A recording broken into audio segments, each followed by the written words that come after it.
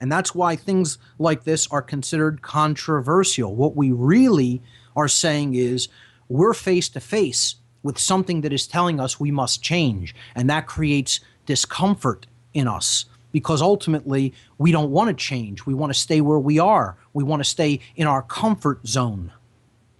So that's what this issue is ultimately all about. Evolution always must take us out of our comfort zone and into unknown territories.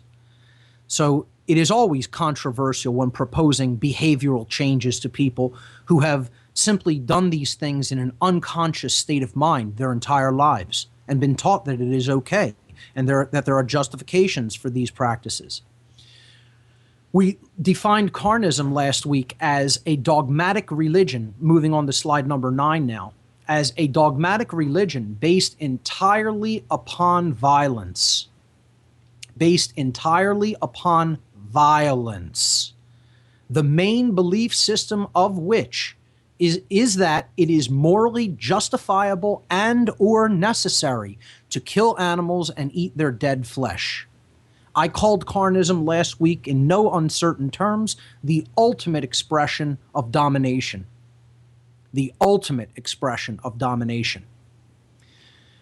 We blew apart, as I said, the normal, natural, necessary argument last week. This argument, I've said, is provably false, immoral meat industry propaganda. It is not normal, it is not natural, and it is not necessary. And we looked at those provably false arguments last week. We talked about the numbers of lives extinguished needlessly in the animal population just last year alone. 10 billion land animals in 2011 alone slaughtered for their flesh. If aquatic animals, water-based animals, are taken into consideration, that number in the United States alone, in the last year alone, totaled over 65 billion with a B lives extinguished. Worldwide figures were over double that number and places the total number of animal deaths at the hands of human beings in the year 2011 alone at well over 150 billion animals. That is 21 times the population, the human population of this planet. This week, we're going to start in with looking at justifications for the continuation of this practice, and we're going to look at them one by one. And really, there's many more justifications than just the number I'm going to list here, but I want to focus on 6 major justifications for the continuation of the immoral practice of Carnism. It is a religion, as I've said. It's not just an ideology and a practice. It's a religious belief system. It is based on things that are not grounded or rooted in fundamental principles of truth. Therefore, it is a religion. A religion is defined by the root word religare in Latin, which means to tie back, to hold back, or to thwart from forward progress. That is what the word religare means, to thwart from forward progress by tying or binding. Religion is binding. We've talked about this before on the show. Religion can also have an alternative meaning of reuniting or reconnecting to something, and that something being truth, being the universal spiritual laws of creation, the universal laws of consciousness, if you will. And that's what we need to retie ourselves to, reconnect ourselves to, reunite ourselves with. That is true religion. But in the sense of religion being used in this world, organized religion and false ideological belief systems, religion is a binding practice that holds us back, that thwarts us from forward evolutionary progress in consciousness. So that is the sense I'm using the word religion in, the connotation I'm using it in. And we talked about what justifications are. Justifications are, we could also look at the root word of justification. It comes from the Latin jus, meaning right or law, and the Latin verb facio facere, which means to make or to create. So when we put these together, justification, it means to create a right, to make up a right that does not exist, to make a right out of a wrong, to imagine to oneself and to try to tell oneself that a wrong is a right. That's what justification or justifying something is doing. It is trying to make a right out of something that is wrong, morally wrong. And justifications really hold no weight. They hold no water. They are something that they're lies that we tell to ourselves. That's really what a justification is. Justifications are lies that we tell to ourselves about what we may be doing, what we are allowed to do, that actually causes harm to other living beings. There's no such thing. If it causes harm to other living beings, you shouldn't be engaging in that practice. So justifications means the creation of rights that do not exist. And I put the slide number 13 with alien beings, seemingly comical slide, until you really think about it and you understand this is exactly what humanity is. For anybody who's truly aware, you realize humanity is food. By our own choice, by our own ignorance, through our own ignorance, we are food. I mean, you want to really know what the purpose of the prison planet is? It's to make you food. That's what the purpose of it is. In very simple, easy to understand language, if you want to really know what the end goal is, it's you being eaten. And you can look at that in physical terms if you really want to look at it that way. I have no problem with you even looking at it that way. But you're being spiritually devoured. The essence of you is being devoured by the dark forces that currently are in control of this planet. And you're being used as a fuel source for them. You're being eaten by them, by those forces, by those entities, if you will. So this is an ostensibly comical piece of social commentary here in slide number 13. But if you want my opinion, it's literally true. It's quite literally the case. And these aliens have a human being on their dinner table with an apple stuffed in his mouth and all trimmings around him like a Thanksgiving dinner, like a turkey on a table during a Thanksgiving dinner.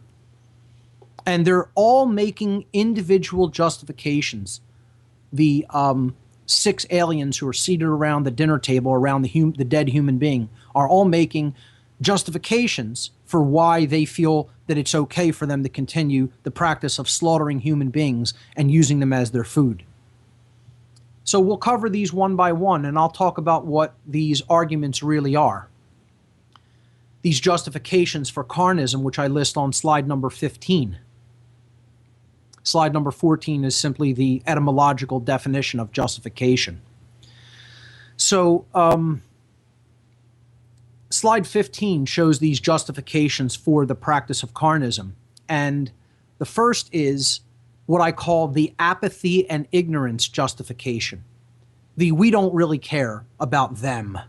They're them, we're us. We don't care about what happens to them. We can't care about what happens to them. We have too many other concerns, don't you know? You know, after all, they have nothing to do with us. They're different and separate from us. What happens to them is their own lot in life. We got to worry about what happens to us. The apathy, I don't care about their suffering, and ignorance, if I don't pay attention to it or look at it, it doesn't really affect me. The ignorance justification, I should call it, and start using that inflection when using that word. Ignorance, because that's what it really is it's ignoring the injustice. It's ignoring the suffering. The quote that backs this justification up is, we have our own problems. We don't have time to worry about whether they suffer or not. So that's the apathy and ignorance justification. And if you want to remain apathetic and ignorant, you know what invariably ends up happening. Enslavement. You can't have freedom without care and intelligence. And if you want to ignore things, you don't want to pay attention, you don't want to acknowledge and admit to what's really going on, you're going to end up enslaved. If you don't care, you're going to end up enslaved. If you want to remain apathetic, you're going to end up enslaved. That's how the laws of nature actually do work. The second argument, oh, they kill other animals for food. Why shouldn't we do the same? Well, we see this happening in quote unquote nature. You know, we see animals being carnivores and killing other animals for their food. Why shouldn't we do the same? Why shouldn't we just act as other beasts of the field? It seems like that's the natural order, right? Well, I call this the fundamentally flawed idea of the quote-unquote natural order justification. This involves an erroneous perception of what nature's laws actually are. And it's based on Darwinian evolutionary theory, Darwinian macrobiological evolutionary theory, which there is no scientific evidence to support. And people will horrifically react to that statement. But go look in the actual fossil record and look at all of the mental gymnastics that is done to prop up this theory of macrobiological Darwinian evolution. Darwin himself didn't believe in this theory with the religious fervor that people of the modern world accepted. He said that there would have to be ample, provable scientific evidence within the fossil record over many species of transitional species. And you want to know how many of those actually have been found in the fossil record? Exactly a big goose egg. 0. So for the people that just take a look at a practice that an animal happens to be engaging in right now during its evolutionary development, we say that's the way it forever has been, is now, and forever shall be for all time. And actually believe Darwin's theory, this idea of survival of the fittest and survival of the most ruthless, just because we see certain animals engaging in those carnivorous practices today in the modern world, which I've made statements in the past that I do not even necessarily believe that it has always been that way, that animals always were carnivorous in the way that they are today, just because we see them engaged in certain behaviors and practices today.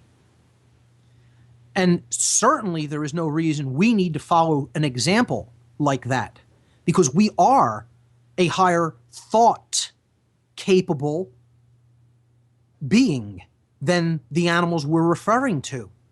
Just because they're doing it doesn't mean you should follow suit and go and behave like an animal. You're supposedly something a little bit more in consciousness, in evolutionary terms in consciousness, than a base animal. At least we're supposed to be. This idea that man is nothing more than an animal is one of the root ideologies of Satanism. One of the root ideologies of Satanism is man is absolutely indistinct from other animals, completely. And therefore, go ahead and just engage in animal behavior. And if you don't believe me, go look that up. I should know. I was a priest in this religion in my past, so I should know all about it. Better than most people, right? But don't even take my word for it. Go read about it for yourself. Those podcasts were all posted in the 70s in What on Earth is Happening former podcasts. Go back in the early 70s, I believe. Listen to the shows I did on Satanism and dark Luciferianism. Read those resources. Understand that their mental worldview and ideologies. And that's one of them, that the natural order is kill or be killed, slaughter who you have to slaughter to get your way and to, ensure your way of life. I call this the fundamentally flawed idea of the natural order, which has nothing to do with the actual natural order in nature. 0 to do with it. It's based on a completely erroneous assumption, based on very brief, thin slicing instances of time. And you're making a judgment on what the totality of the natural order actually is. And it has nothing whatever to do with that erroneous perception. And we're going to be talking about that a little bit later on the show. The third justification, God gave us dominion over the animals. I love this one. Can't you tell how much I love this one, folks? This is my favorite of them all. God gave us dominion over all the animals. So that means we can murder them and just use them as we please. Yeah. Yeah, that's God's commandment to us, right? He said, you can go and murder as viciously, violently, and abundantly as you want, as long as you're doing it to animals, not other human beings. Just go and do it to them, because they're completely separate from my creation. You're my favored ones, but them, I don't really care about what you do to them. So just go right ahead. And Christians actually believe this bunk. They actually interpret the Bible in a way that allows for their immoral justifications and their diseased psyches to say, I'm just going to continue this because I interpret that God claimed that this was okay. And they're not even reading their own book.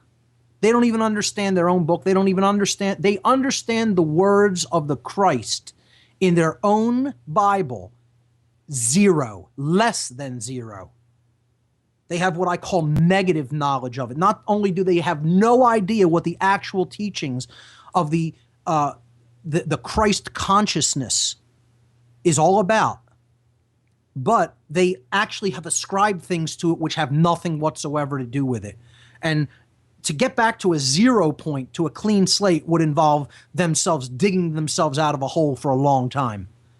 I call that the state of negative knowledge. Not only don't you know anything, you've put a whole lot of erroneous beliefs on top of the 0 point. So you have to dig your way back to zero. Just read the book of Genesis, first of all, if you want to even acknowledge this whole notion of, the Bible says, to engage in this kind of practice or not engage in this kind of practice. I think that's a horrible way of judging what's right and wrong. First of all, is that men wrote it in a book and claimed that it was the inspired word of God, and therefore I'm going to just follow that blindly. You need to know, you need to develop true conscience, which is the definitive knowledge of the objective difference between right and wrong. Not have a belief system about what you think is right or think is wrong, and then back it up with man-written words that you're claiming is the divine and inspired word of God. Let me tell you something. The Bible is written by flawed men for the reasons of their own agenda. And yes, they're putting some truths in there, absolutely. Because to have a poison pill be taken by anyone, you need to wrap it in a whole lot of good stuff. Otherwise, you'll smell the poison, you'll taste the poison, and you won't want to take it into yourself. That's how that technique of obfuscation works. That's how that technique of worldview poisoning works. To get the poison in, you have to wrap it up in something that is very good. And I'm not saying that that's always the case, but with the biblical writings and the specific choice of the canon of the Bible and deliberately obfuscating and eliminating and keeping out of the official canon other books that could be said to be as equally quote unquote divinely inspired. This done during Constantine's reign, the Council of Nicaea. Do the historical research. They're leaving out a whole lot of other things that say things that are in direct opposition and contrast to what's being said in other books of the Bible. So the Bible's self-contradictory, number one. And I'm not saying there aren't good truths to be found in it. I've talked about them many times on this show. But, let's just give a quote from Genesis that supports the idea that God did no such thing as his claim to give us dominion over the animal kingdom and say we could just use them as our food as we see fit. In Genesis chapter 1, verses 29 and 30, and this is before the fall, in consciousness, before this horrific event took place that plunged man into the mindset of the animal kingdom, really, that led to a diminution in his consciousness and awareness. The words of God are attributed to this following quote, I give you every seed-bearing plant on the face of the whole earth, and every tree that has fruit with seed in it. Let me just read that again. I give you every seed-bearing plant on the face of the whole earth, and every tree that has fruit with seed in it. They will be yours for food. So far, no mention of animals being given to people for food. And to all the beasts of the earth, and birds of the air, and all the creatures that move on the ground, in other words, everything that has the breath of life in it, I give every green plant for food. I'll read that again.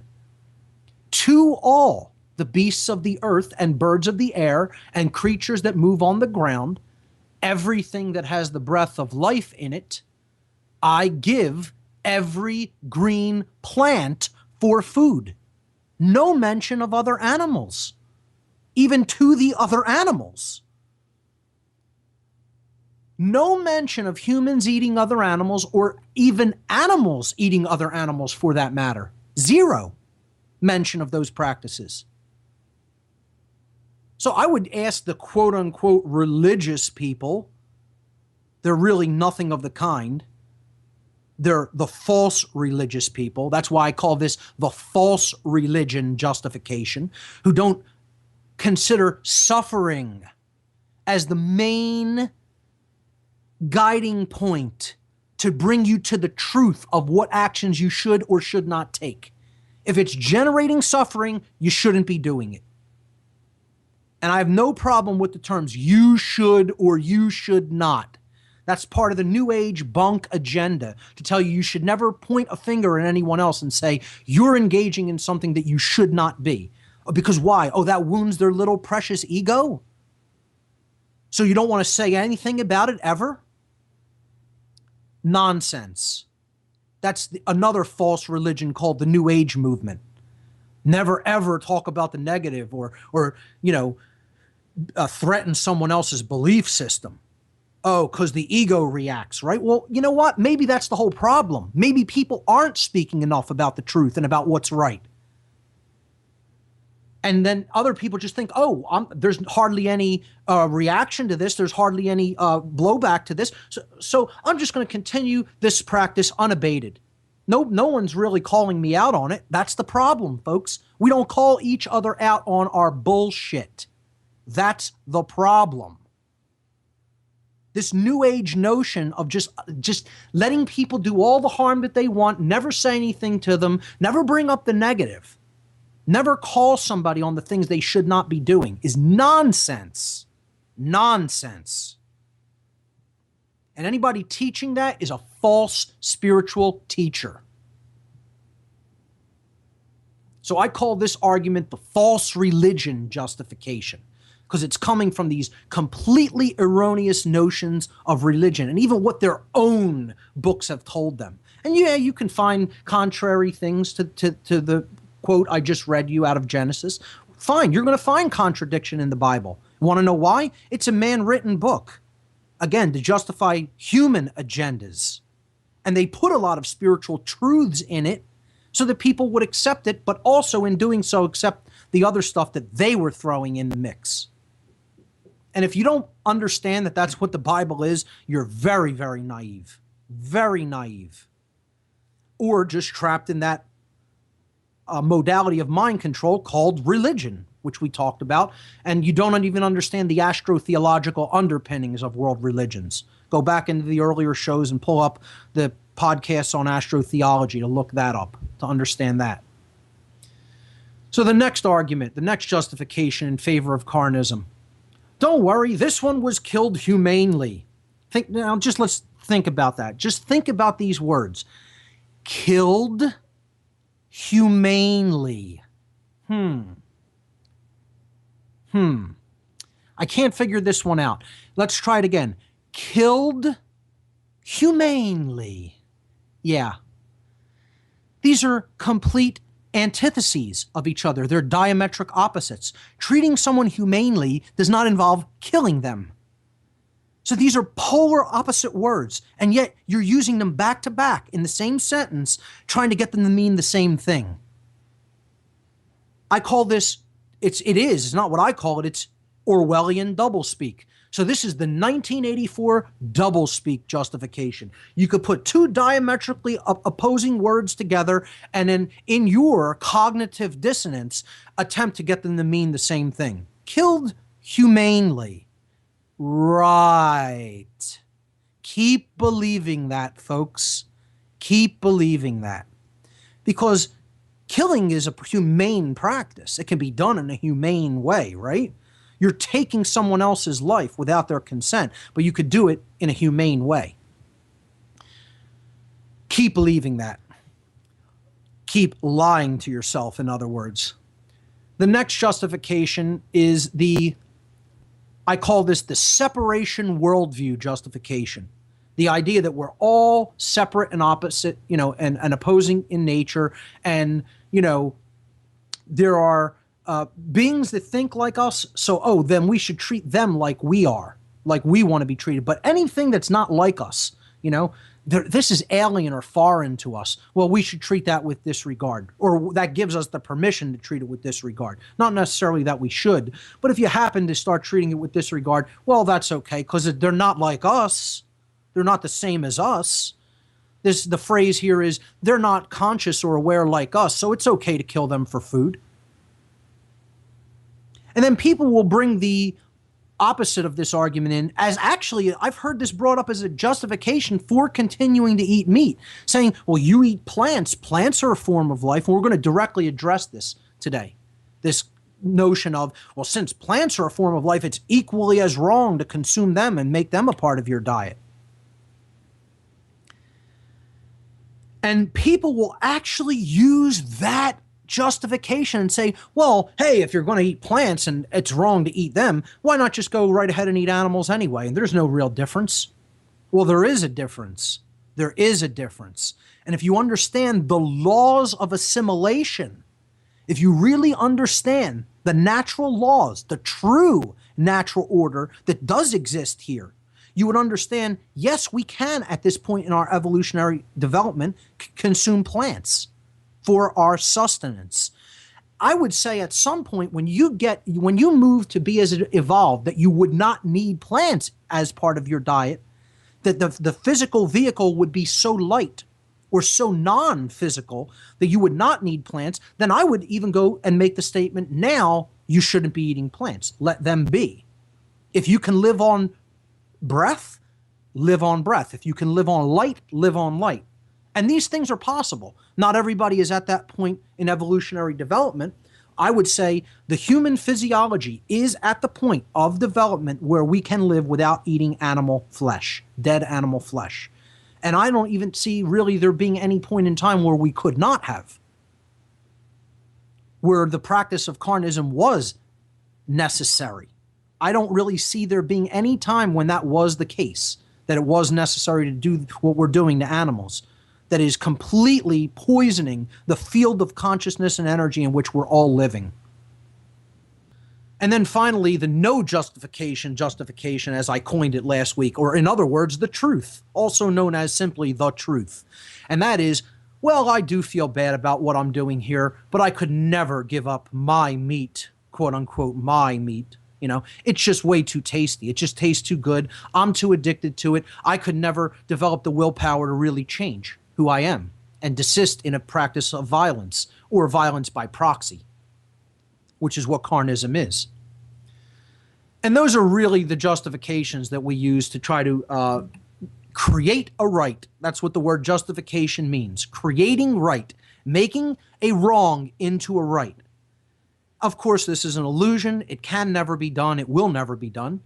It's only an illusion that exists in a diseased psyche that is trying to make a wrong action okay in their own mind, in their own psyche. So we also looked at the law of correspondence last week when it comes to this practice. And the law of correspondence simply states that that which is above is like to that which is below. That which is below is like to that which is above.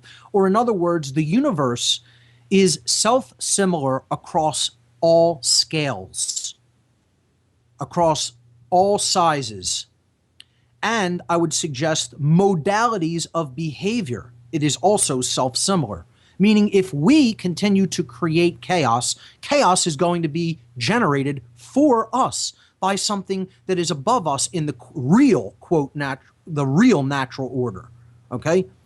The universe is going to intelligently rearrange the field of consciousness around us to provide the experience that we have been generating through our behaviors.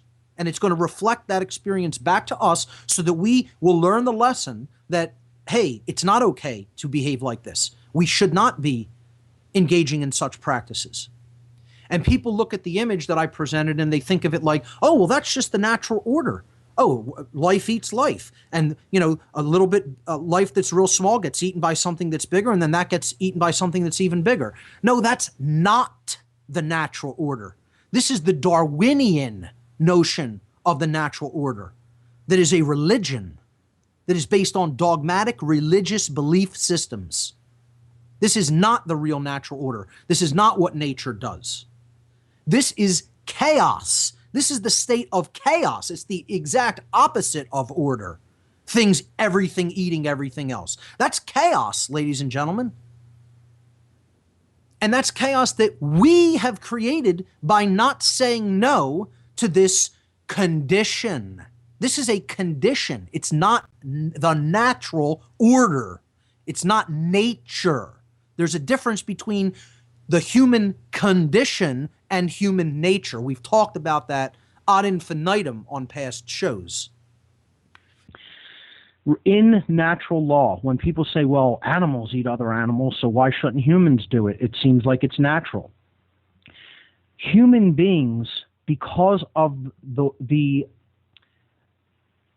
complexity and the different nature, the higher nature of their consciousness and their ability to think and reason and comprehend and delve into the laws of nature and understand them. So their ability to reason and understand ultimately holds a human being to a higher standard when it comes to moral law than animals are held. Now, that isn't to say that when an animal, eats another animal, that's wrong for them.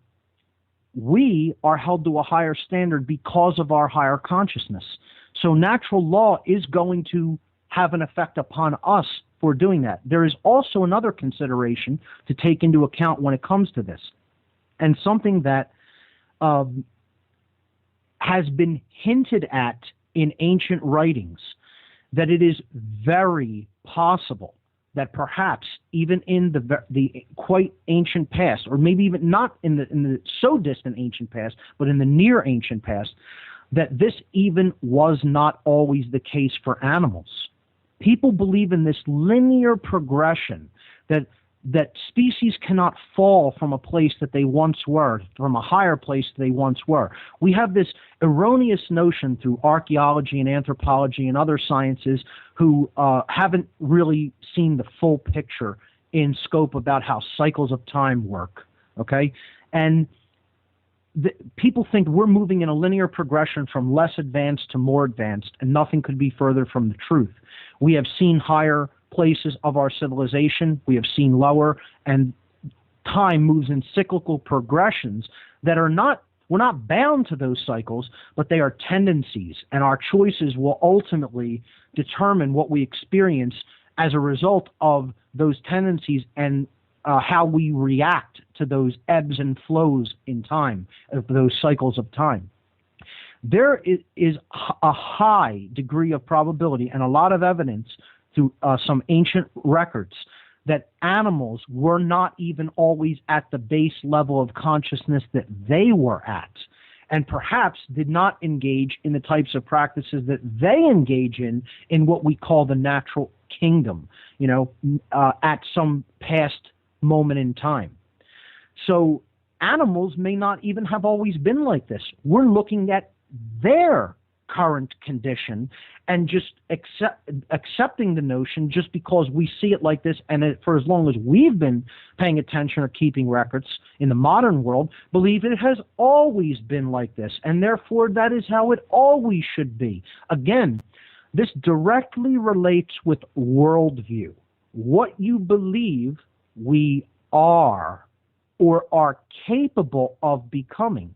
And I talked about one of the defenses for Carnism, or justifications for it, as the we are argument. And you'll hear people saying this all the time. We are hunter-gatherers. That's what human beings are. No, that's a condition that human beings were experiencing, and actually really even aren't experiencing that except in isolated pockets of the world today. We are not anything. We can be what we want to create ourselves into. Other than the makers of right and wrong, we can basically be anything we want. That's not, man cannot ever make that. But man can evolve and not be bound to certain practices or ways of being in the world that he may have once bound himself into, or environmental conditions may have temporarily bound him to engage in. We are not anything. That's the whole thing to keep in mind here. That's the worldview. If you're stuck in the worldview that the current condition is eternal, you might as well hang up your hat now and walk out and give up. And why bother saying a word, talking to anybody, trying to affect any change? Accept your situation, because right now you're a prisoner. So could we say human beings are prisoners and that's just eternal and you must accept that and be like that forever? No, it's ridiculous. It's nonsense. You have a choice. Choice is what's keeping us in the prison of our own design, of our own making. We can choose something different if enough of us want it. The same is true when it comes to what we call nature. What most people are calling human nature has nothing whatsoever to do with what the real essence of humanity is. It's the current condition that they are attached to and identified with and think can never be changed. They think that it just always was, is now, always will be, and it has to be accepted. And that is a poisoned worldview, attitude, and way of looking at the world. So I don't even look at it as animals have always been like this. I think animals were once at a higher level of consciousness and didn't do this to each other. How about that?